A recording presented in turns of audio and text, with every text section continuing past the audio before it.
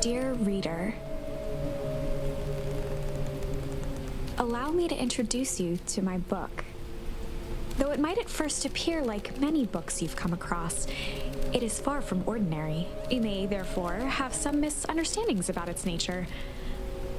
The story that awaits you has not been fully told.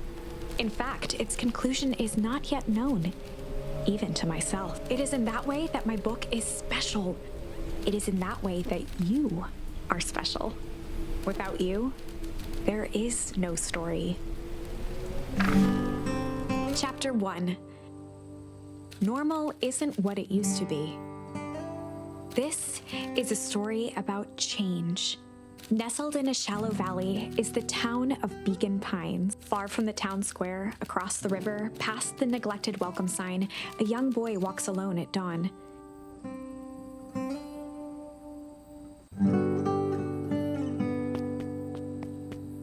His name is Luca Van Horn, and like you, dear reader, he's here for a reason.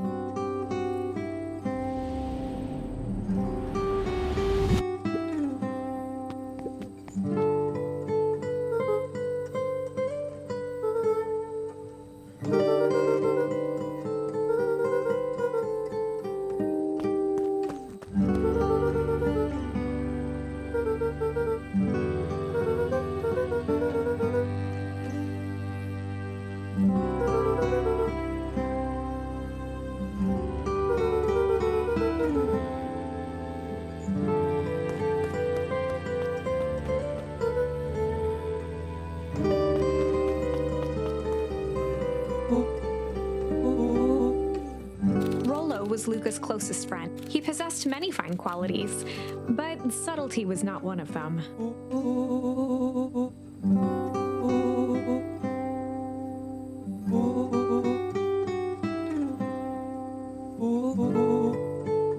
Rollo finally noticed the tears welling in his friend's eyes and the flowers on the grave.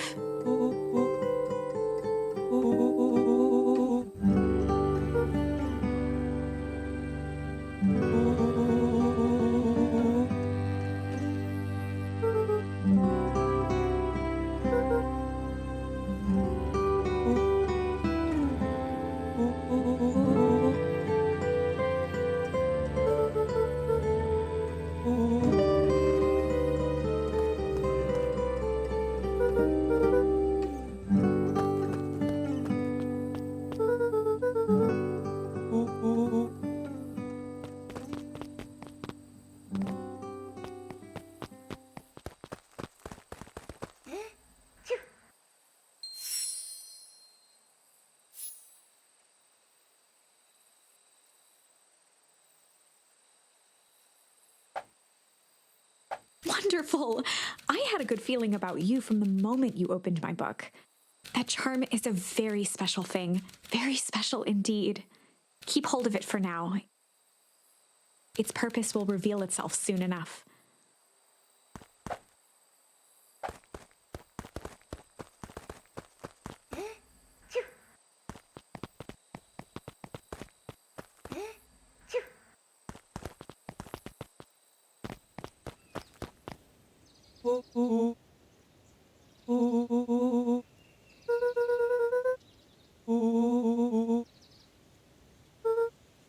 Rollo looked to the side suspiciously.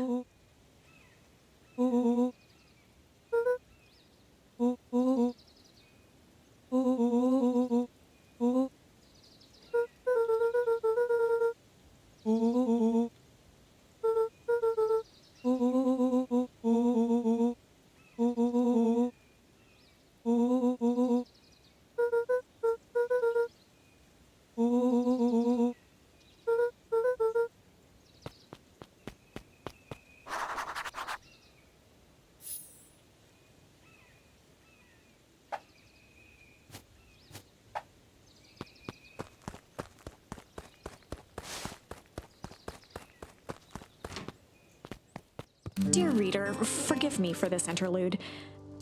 Remember that charm you found in the dandelion? There are more of those special charms to discover throughout Beacon Pines. They've been known to reveal themselves to those who are willing. Some of them can be found in this very house.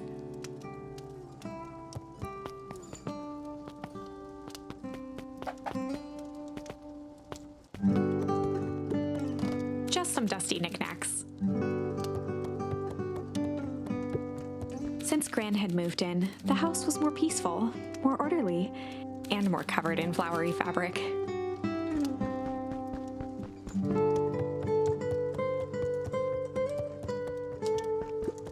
One of his father's old stethoscopes, Luca had spent countless hours listening to anything and everything with it.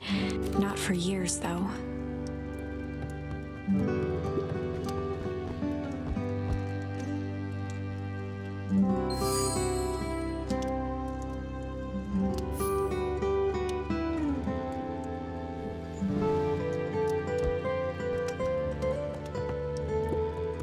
Gran had already lit the fire. She kept a warm house, as if by grandmotherly obligation.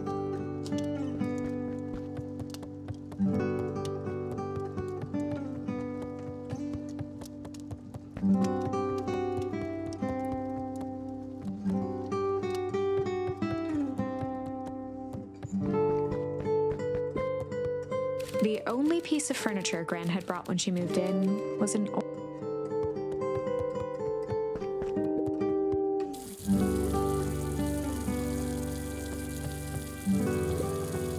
a pair of dull scissors, a broken can opener, a mostly empty bottle of glue, and some loose string.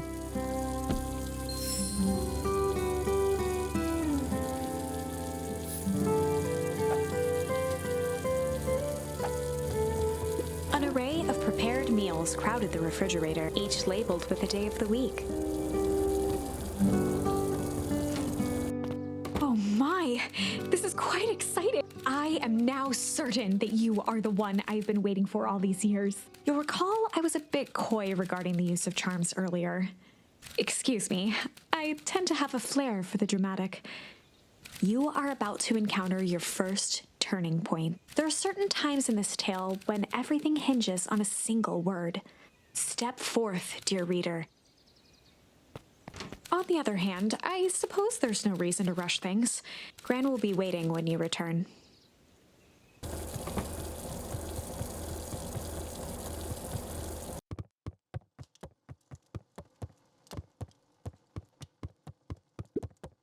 Luca paused at his parents' bedroom door. He just wasn't ready to go in yet. Gran had commandeered the upstairs closet when she moved in. Some things need shelter from a young boy's mischief, she said.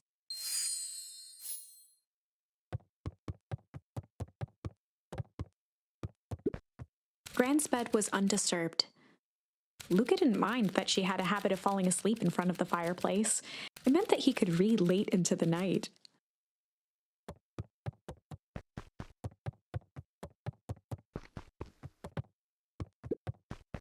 Luca tossed on his favorite old sweater. Even though it was the first day of summer, a chill still hung in the air.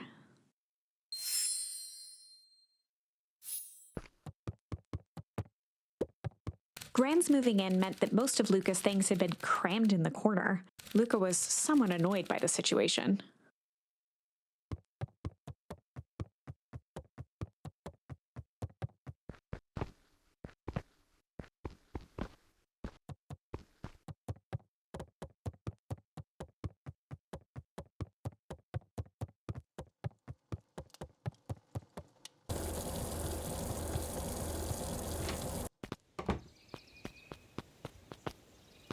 A sturdy old wheelbarrow.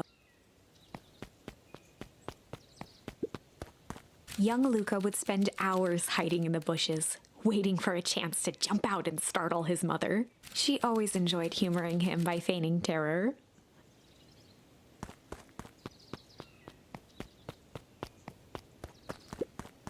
A beginner's guide to gardening laid open on the bench.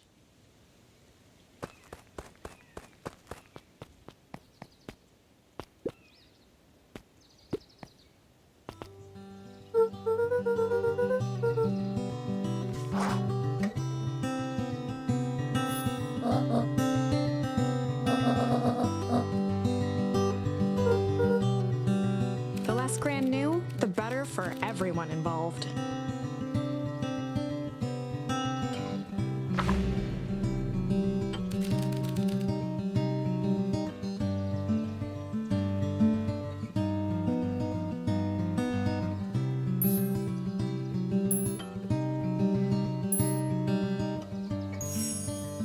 just gonna go chill for the day.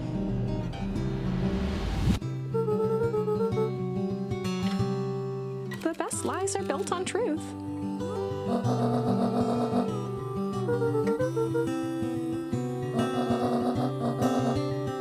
Easy.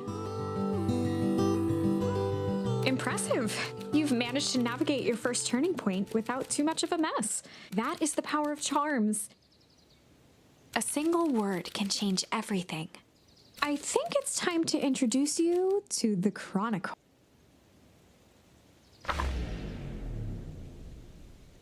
The Chronicle is a record of the decisions you've made.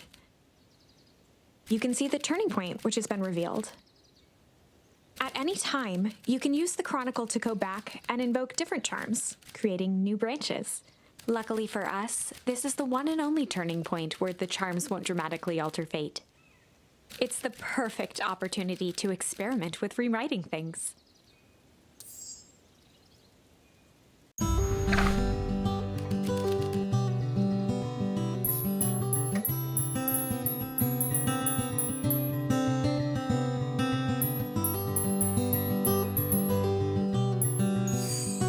We were just gonna go ponder for the day.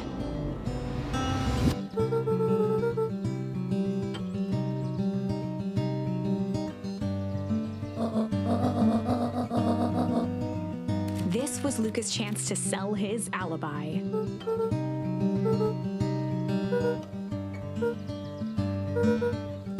Nailed it.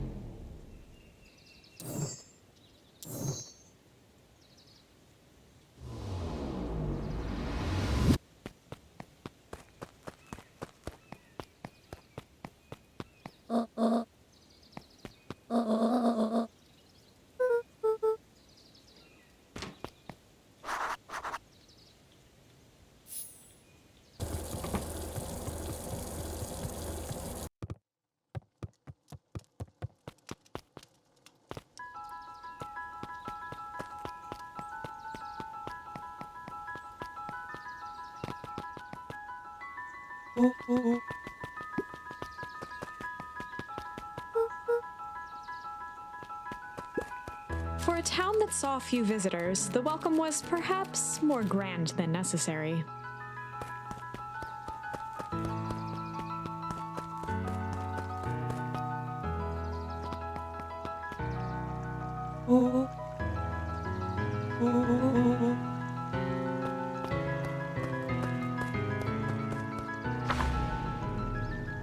Chapter 2. Welcome to Beacon Pines. For many years, this valley had been a small mining outpost. It wasn't until Sharper Valentine built his fertilizer company that Beacon Pines was established. Over the next 30 years, the town had grown and prospered until the foul harvest and his sudden. In the 6 years since, everyone was simply trying to get by.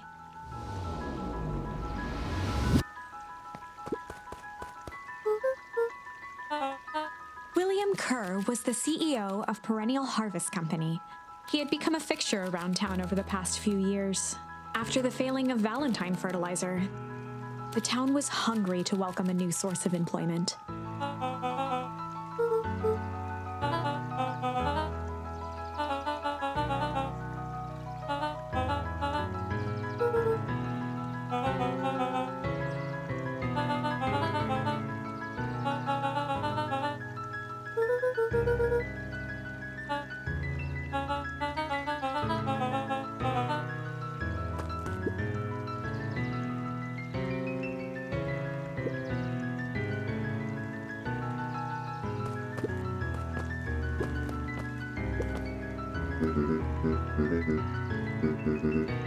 Mayor Augustus Valentine was not busy.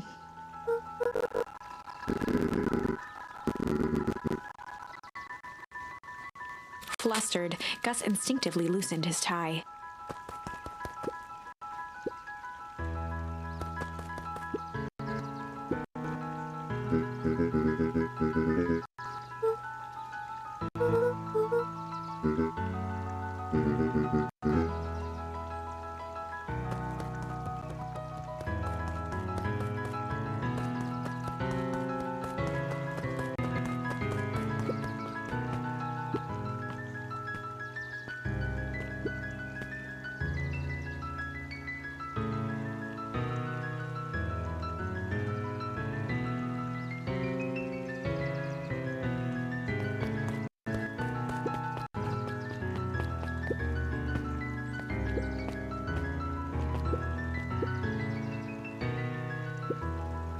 Mr. Sinclair continued snoring and lifted one eyelid just enough to see who it was, a tactic he often used to avoid undesirable conversation.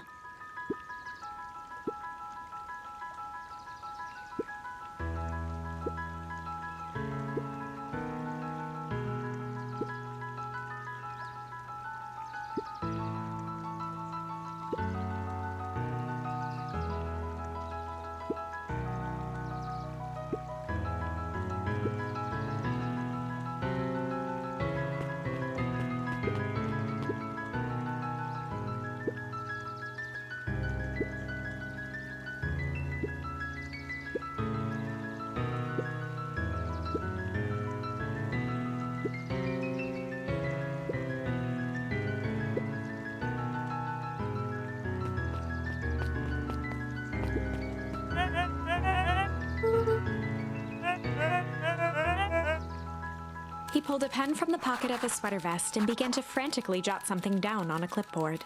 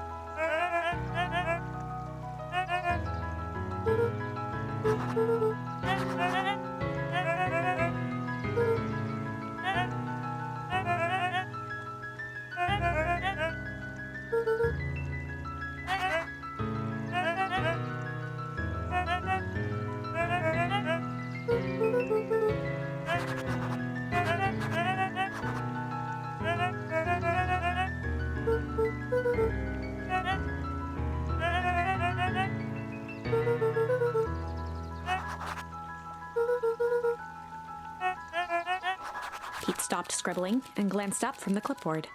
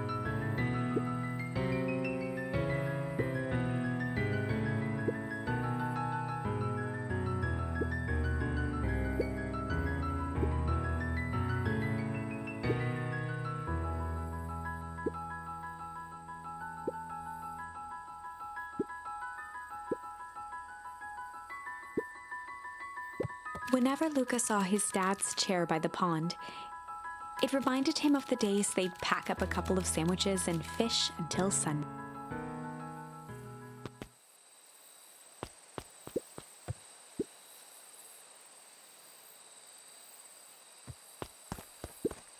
Luca opened the tackle box and picked the perfect.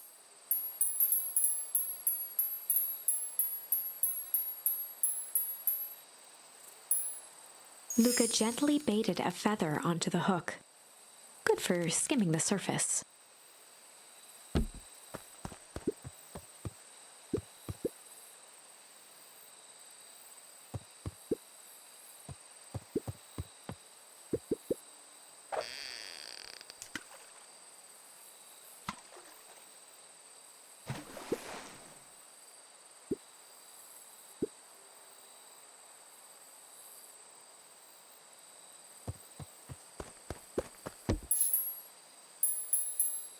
Luca tied a shoestring to the hook. What fish could resist a nice shoestring?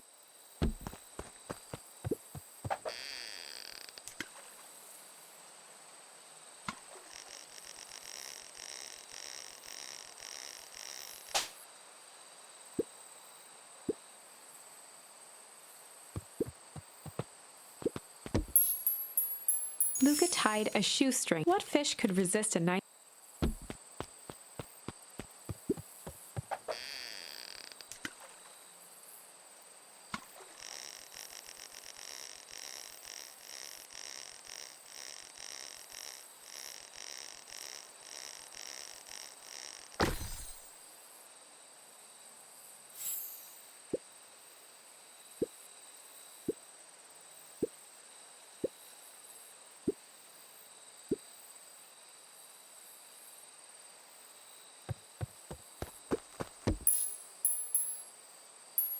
Luca gently baited a feather, good for skimming the surface.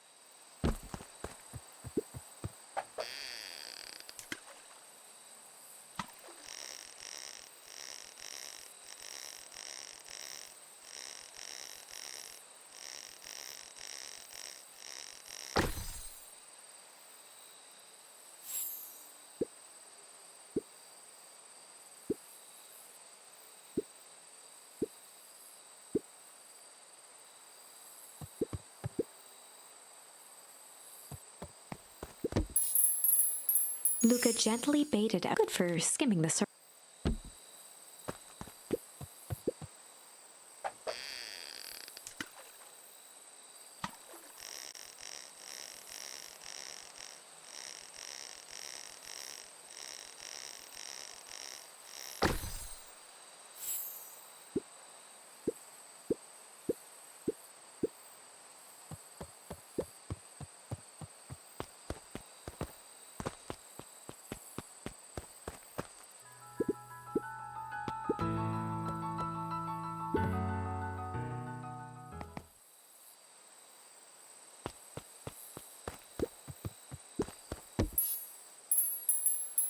Luca gently baited good for skimming the surface.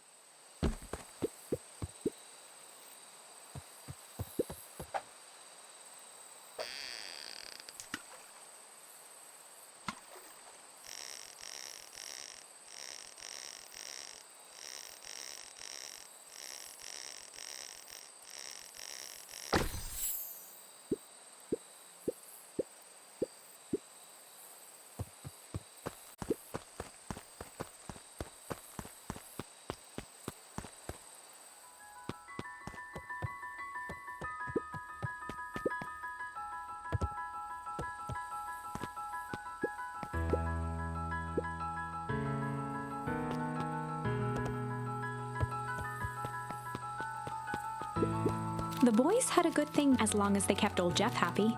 They had an endless source of precious materials to add to the treehouse.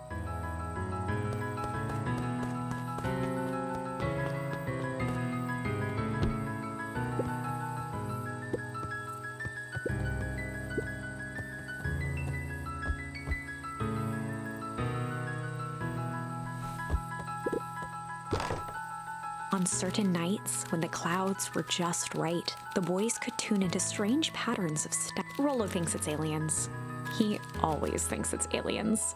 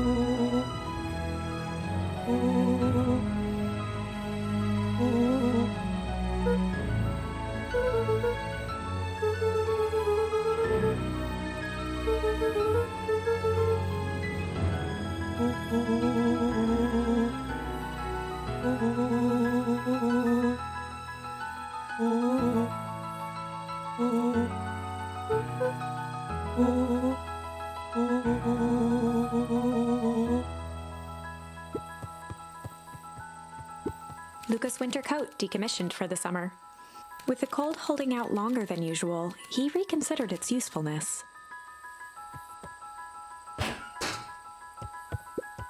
Luca looked up a late dish. Rollo nearly killed himself putting that up into the tree. While it didn't turn the radio into an interstellar communicator, it did at least boost the signal enough to overhear truckers one town over.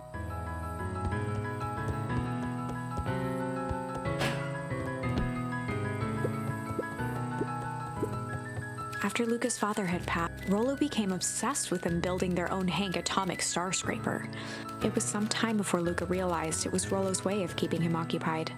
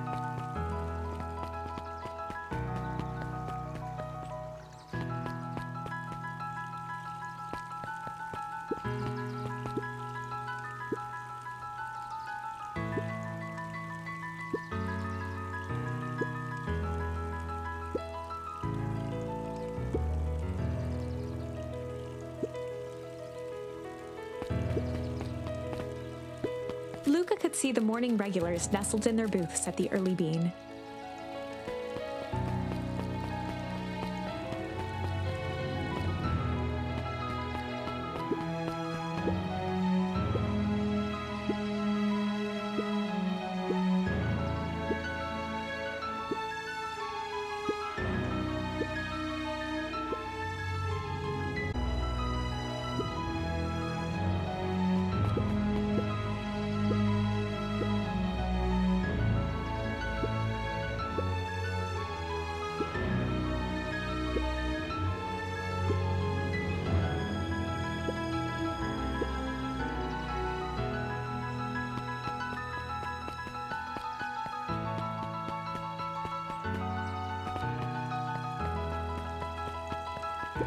Miss Hatch could often be found near the fountain, too absorbed in a book to be distracted.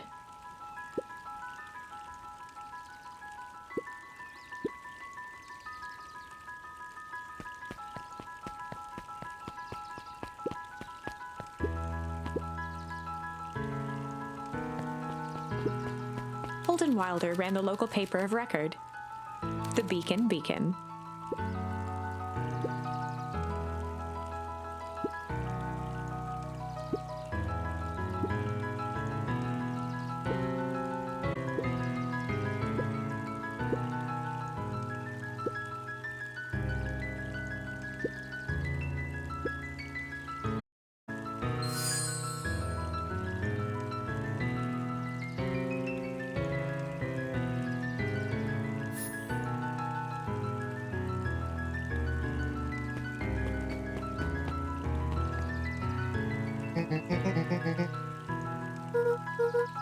Oh, right.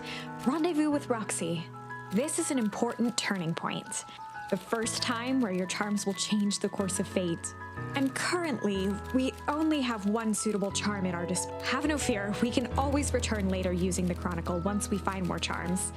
Well, now I'm just rambling. Where were we?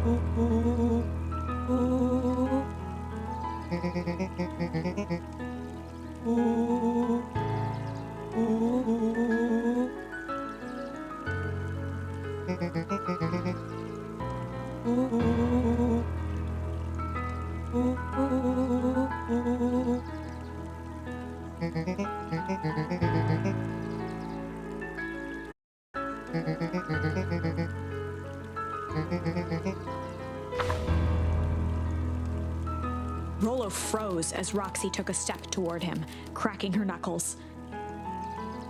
Luca knew he had one chance to save his friend from being dragged home.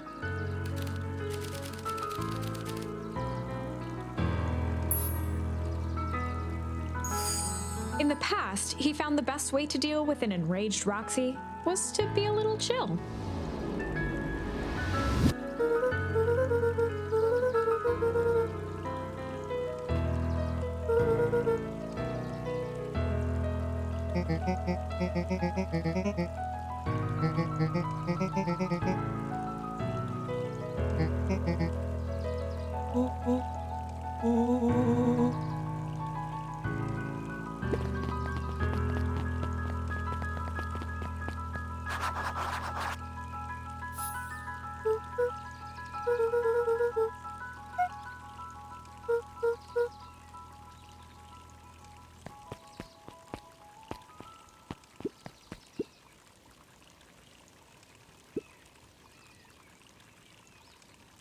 A bit much, if you ask.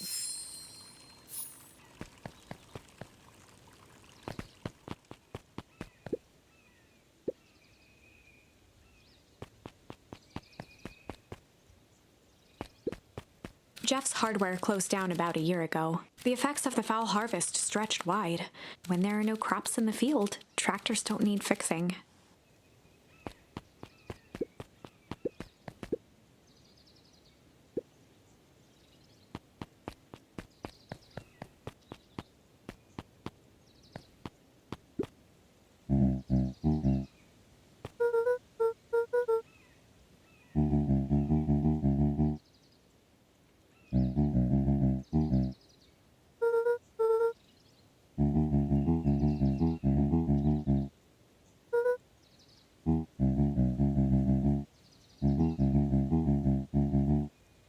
A promise Gran regretted the second it was made.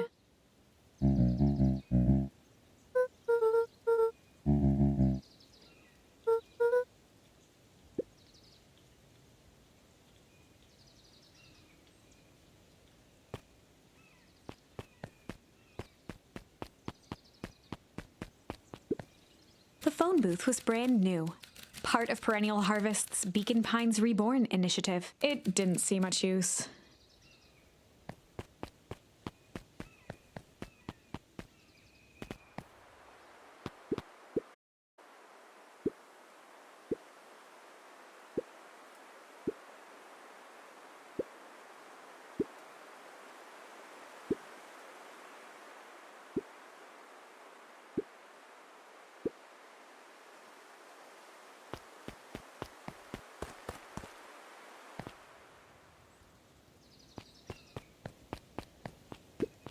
The Valentine Mansion loomed over every other building in town, both figuratively and literally.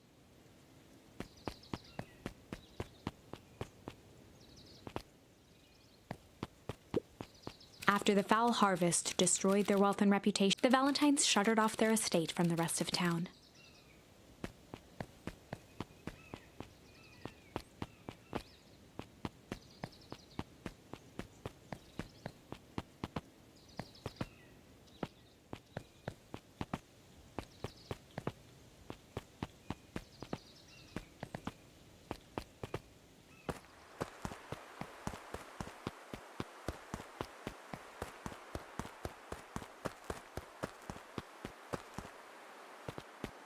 The path led into a small hollow at the edge of Weepwood.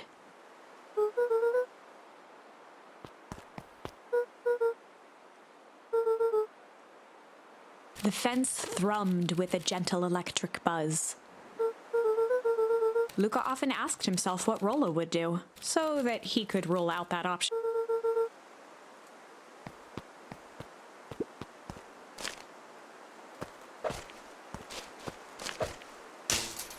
As sparks flew from the fence, the light atop that section shut off. 2 bulbs remained.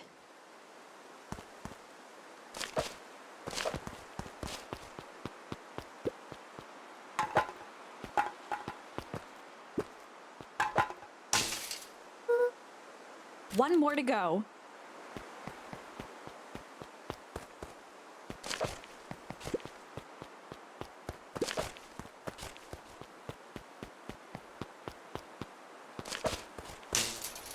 The fence's buzzing gave way to...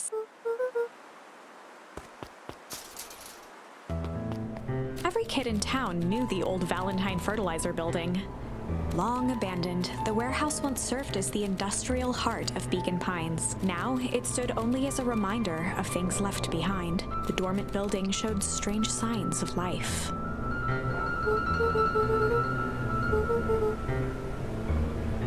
was only one way to find out.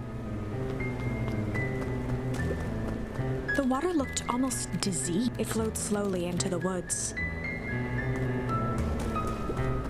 The hose emitted a subtle sound. It was actively draining some kind of liquid.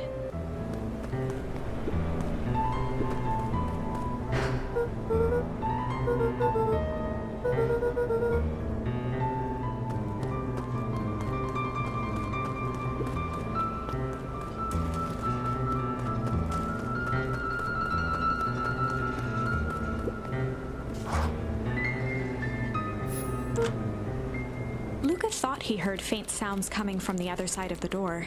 He pressed his ear against the cold metal to hear better. The sound of footsteps grew louder.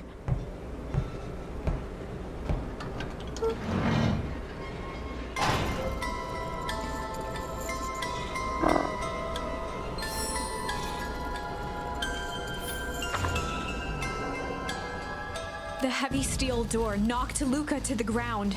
Disoriented, he looked up to see an imposing figure silhouetted in a green glow. It lunged toward him. He tried to scramble away, but felt a gloved hand latch onto his... Luca watched his fingernails leave trails in the dirt as the hand slowly dragged him back through the door, into the lab, into the green light.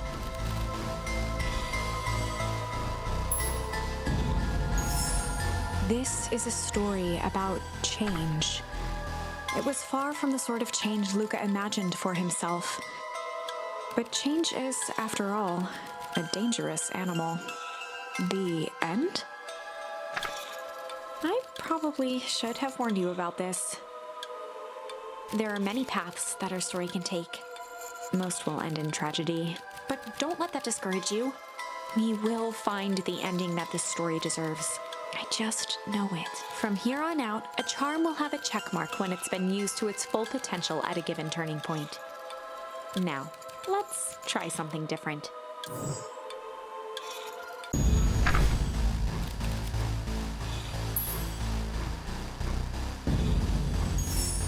This is a story about change.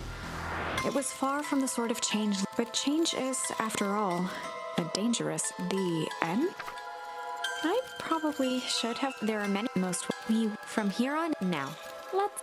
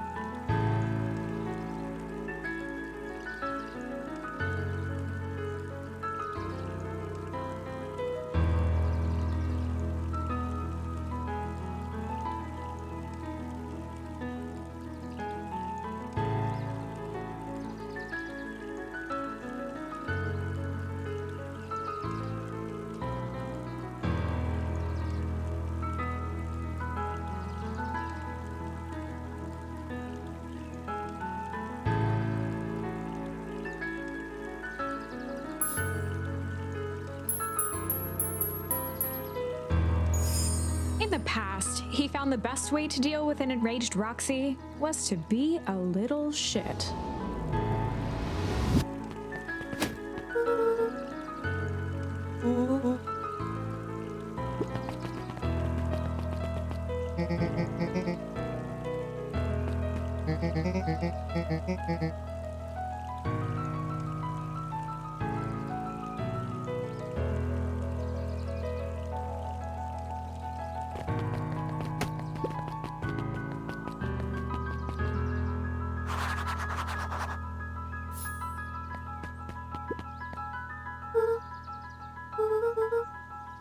Solomon Valentine, current ward of and future successor to the Valentine fortune.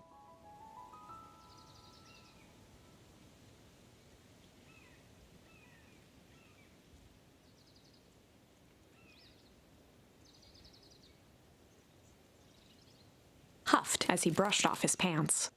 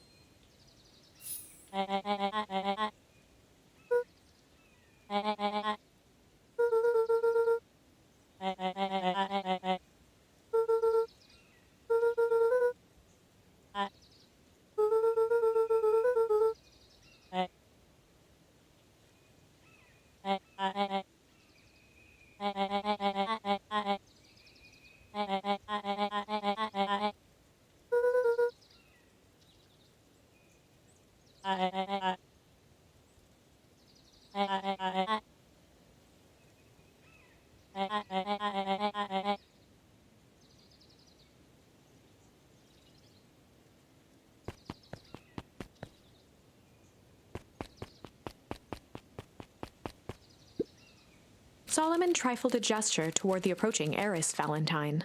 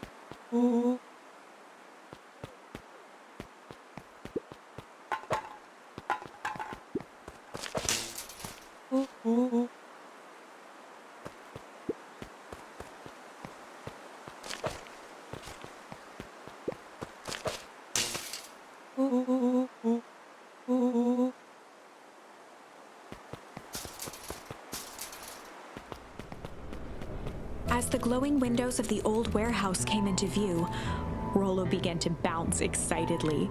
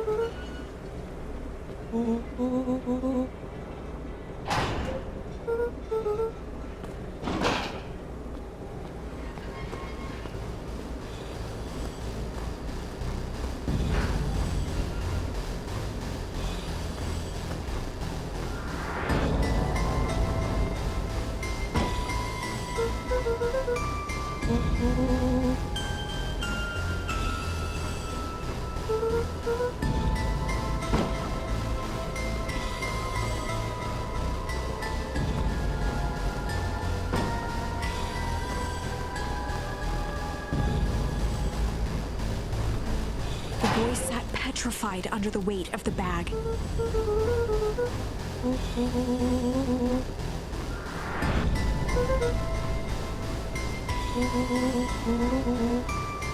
Rollo felt around at the large sack which burdened them. He snapped off a tag from just within a small zipper opening in the bag. Rollo held the badge up to a faint shaft of light within the dumpster.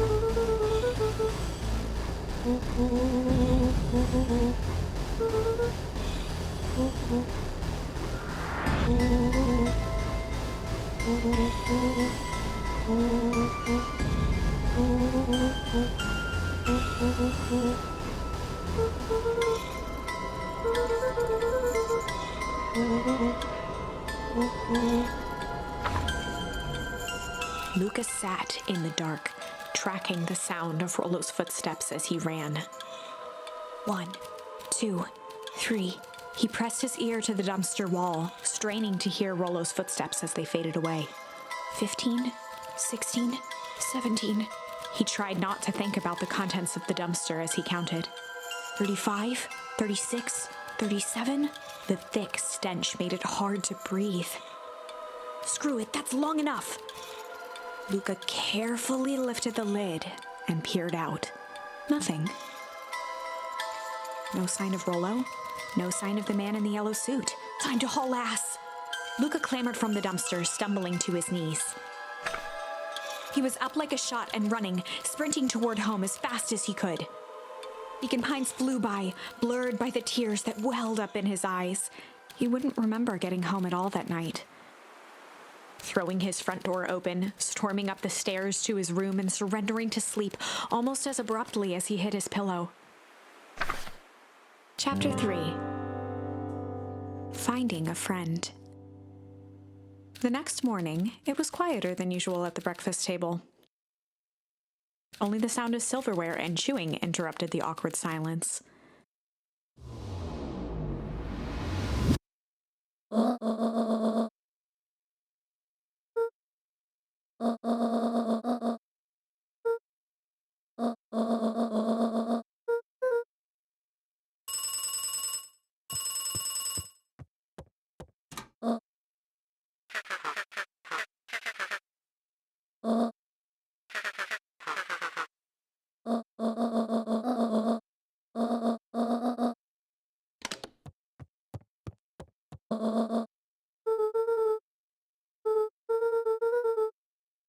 Gran's brow furrowed.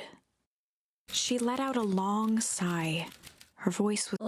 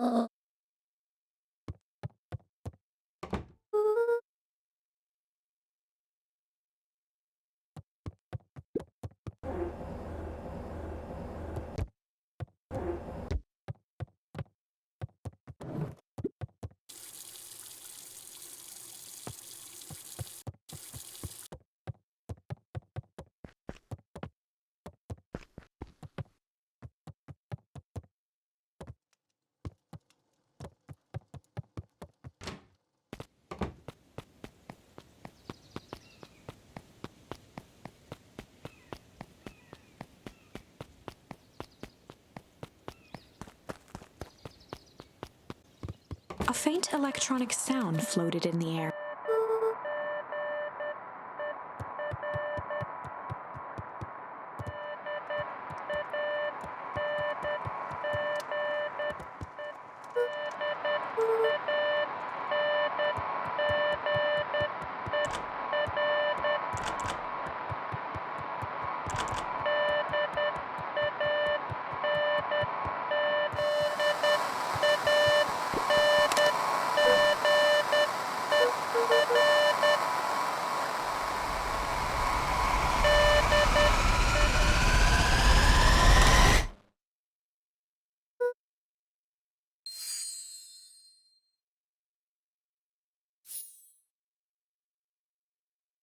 Luca glanced at the now silent walkie-talkie. He wasn't sure what to think. Luca glanced at the now. He wasn't sure what to think.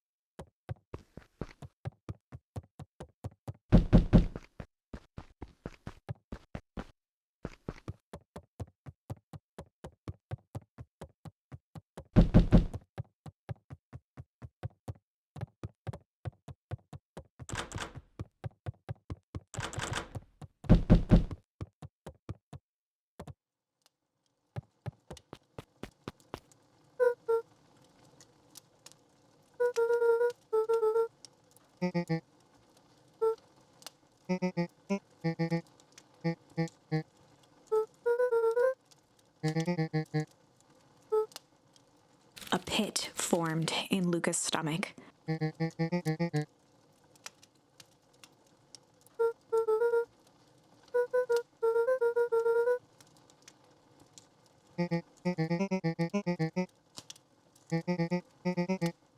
Luca's mouth felt dry.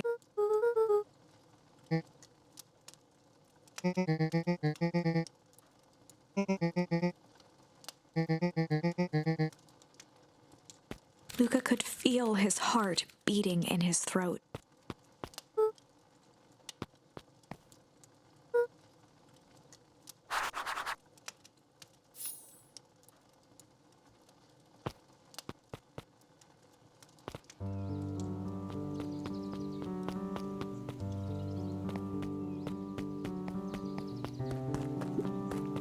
The road leading to Beacon Pines was long and a sort of natural barrier for the impatient.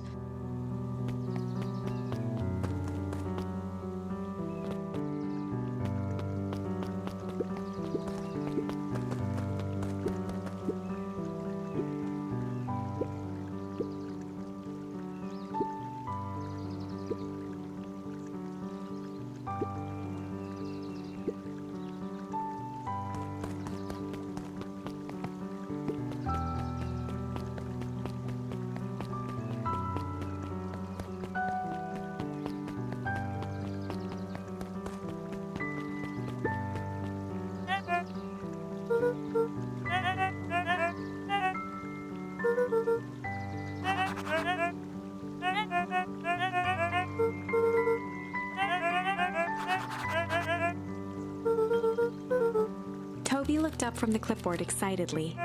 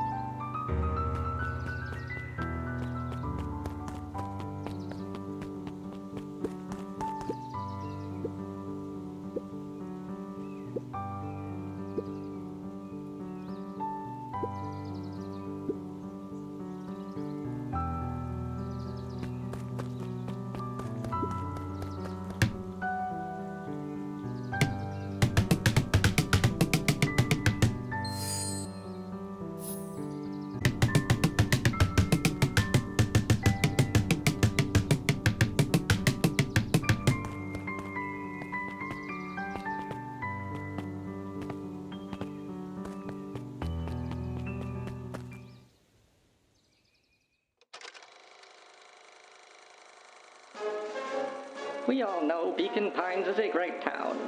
What you may not know is great towns grow from mighty roots. And that is why you cannot tell the story of Beacon Pines without telling the story of one Sharper Valentine. Young Sharper's keen intellect and strong moral fiber led to a grand vision. A vision of a community dedicated to a better tomorrow. In his own words, a better tomorrow is within our grasp, but it requires a singular mind to harness it. Lucky for us, he decided to grow that vision here, in Beacon Pine. And how does one grow a better tomorrow? With fertilizer, of course. Valentine's Fertilizer Company became the lifeblood of a town yearning for purpose. But then tragedy struck, a scientific experiment gone wrong. An accident which took Sharper away from us far too soon. To this day, we struggle to pick up the pieces. But one foul harvest isn't enough to stop the people of Beacon Pines. The spirit of Sharper Valentine lives on. It lives in the hearts of everyone with a dream for a better tomorrow. Together, we will follow his example and grow a bountiful future. Paid for by the Valentine family and the Valentine Fertilizer Company Reverence Fund.